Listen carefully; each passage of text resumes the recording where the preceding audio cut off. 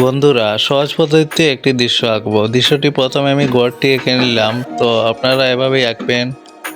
গড়টা খুব সহজে আঁকলাম। গড়টা এদিকে একটি টান দিলাম, আবার এদিকে একটি টান দিলাম, নিচের দিকে গড়টি টান দিলাম। টান দেওয়ার পর আমরা গড়টি খুঁটি দিয়ে দিব 3টি। তো 3টি খুঁটি দিয়ে দিলাম ঠিক এভাবে। এবার নিচে টান দিয়ে দিলাম।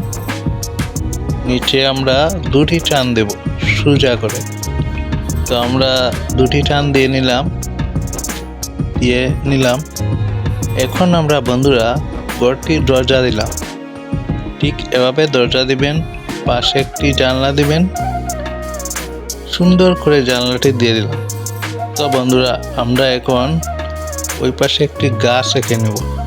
তো গাছটি প্রথমে আমরা এভাবে টান দিয়ে নিচের দিকে নামালাম, আবার সোজা করে এদিকে দিয়ে দিলাম। ঠিক এভাবে দেওয়ার পর আমরা আস্তে আস্তে উপরের দিক এরকম করলাম, আবার আস্তে আস্তে পুরো গাছের উপরটি এভাবে করলাম। তো বন্ধুরা, আমাদের গাছটি আঁকা এভাবেই শেষ।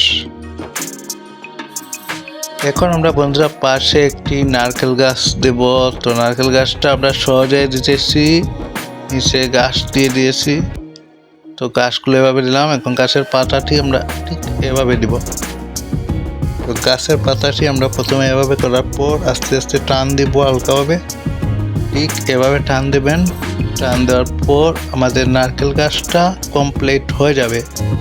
তো বন্ধুরা, ঠিক এভাবেই আঁকবেন। সহজ পদ্ধতিতে আমি আপনাদেরকে সবসময় শেখাই।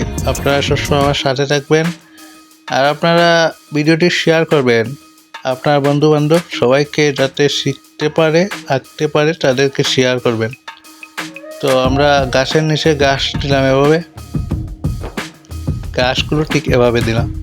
দেওয়ার শেষ আমরা ওই পাশে একটি মাঠ আলাদা করব, এবং মাঠের ওই পাশে আমরা এভাবে গাছটি দিলাম। গাছটি ওই পাশে আমরা বনের ওই পাশে দিয়ে দিলাম এভাবে।